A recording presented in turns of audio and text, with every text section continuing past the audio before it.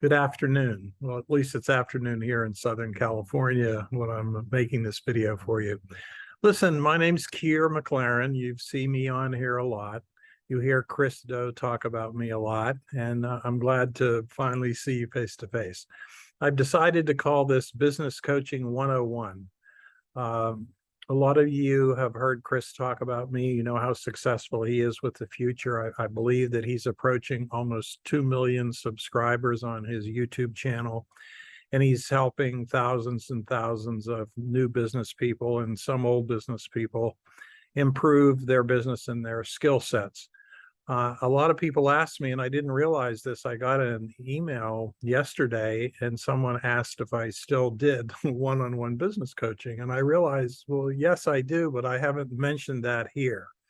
So I decided to mention it and talk to you a little bit about what a business coach can do for you and why you might need one. Coaching is a pretty standard thing in the athletic world, and it's actually a pretty standard thing in the business world as well, except in big business, it goes by a different name. So let's talk a little bit about the sports world, which most people have some familiarity with. When the Los Angeles Lakers won all those titles and Phil Jackson was coaching them, he was paid somewhere probably in the neighborhood of $7 million a year. Phil, if you're watching, I don't know how accurate that is, but that's what it said in the newspaper. Now, when Phil Jackson came to the Lakers, they already had Shaquille O'Neal on the team. They already had Kobe Bryant on the team, but they couldn't win. And they brought Phil Jackson in because he most famously had coached the Chicago Bulls with Michael Jordan and Scottie Pippen and that crew. He'd coached them to a number of NBA championships. So when Phil Jackson got here, Kobe and Shaq already knew the fundamentals of basketball. They knew how to play. They knew how to dribble. They knew how to play defense. And they knew it very well. I mean, they're both Hall of Famers. But what they didn't know how to do was play together and how to win. And that's what Phil Jackson taught them. And that's what I try to teach the people that I work with. Generally speaking, Chris Do, when I met him and he was running his company called Blind, he was already a very accomplished artist. And he had a number of creative directors there who were award winners in their own right, as Chris became an Emmy award winner himself. So they knew how to do what they did, but they didn't really know, and Chris didn't know how to run a business.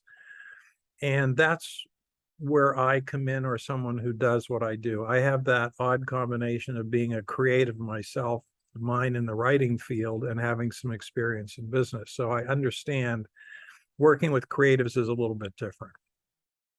And in the business world, most of you who are running a business don't really know much about that. In the general business world, there are a number of departments that are headed up by managers, and they're big time managers. A lot of times they're called vice presidents, and they have a lot of knowledge, and they're able to help people in their departments, in their sections, learn the things that I teach you as an owner. So let's go over the major things that a business has, because you have them. You probably don't call them that, but you have these divisions. There's administration and operations, and that can be a pretty big category. You know, operations are things as simple as did the burglar alarm go off in the middle of the night and why? And operations has to do with how buildings run and all the physical things about having a business. And administration is pretty straightforward. There's a lot of paperwork that is involved in any business. Another major department that companies have is R&D, research and development. And that's what you have that too. You're trying to figure out what to do next. Should I learn Unreal? Should I not learn Unreal? What's coming up? How about AI? How is that going to affect what we do here in our shop? Marketing and sales, everyone's familiar with. I guarantee you most owners don't know much about that. They think they do and they grasp. It's probably the single biggest problem that owners identify as problems that they have, like how do I sell? How do I get customers? How do I do all that stuff? Then there's human resources is another department. Human resources has to do with hiring and firing. It has to do with training. It has to do with discipline. It has to do with how you handle employees, vacations, sick leave, all those things that are becoming more complicated by the day. And then there's customer service, like, do the customers like us? How are we interacting with our own customers? That's a big issue. And then there's finally probably one of the most important things, which most small business owners know even less about, dangerously so, I might add, is accounting and finance. When I meet many people the first time, I ask them how they keep their books, and most of them don't either know or they don't know how they're kept. They don't really know anything about it. And that's a dangerous thing for two reasons. One, people can be stealing from you and you don't know it. And two, a good set of books, which I mean by that, a straightforward, well done set of books, helps you make decisions. Like people say to me, well, should we hire a new producer? And I'll say, well, how much do you have to pay for the producer you want? They'll say $150,000. And I'll say, well, can we afford it? What do the books say? And many people don't know that. These are all the things. I know enough about all of these departments, and I have enough experience at your level to help you through. I also know when I don't know, and I can recommend to you to get a CPA, to hire a lawyer, to do the specialty things that you may need to do in your business.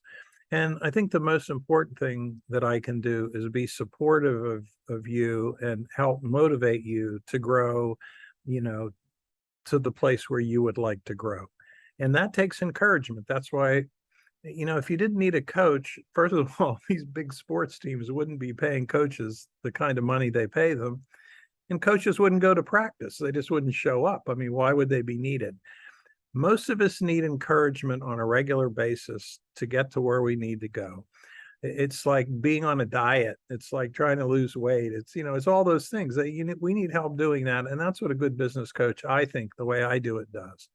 So that's what I do, and that's how I do it. I'm still open for business as a one-on-one business coach. In some companies, the biggest company I have right now is the biggest privately owned rental house in the entertainment business.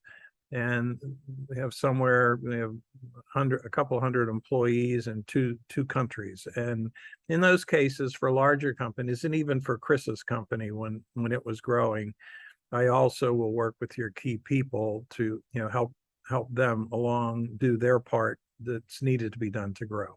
So anyway, you'll see all my contact information here. If you're interested, give me a holler, send me a text or an email. And if you'd like to talk, I'm more than willing to talk to you about if it might make sense or we might be a good fit. That's it for now. Keir McLaren. Have a great day.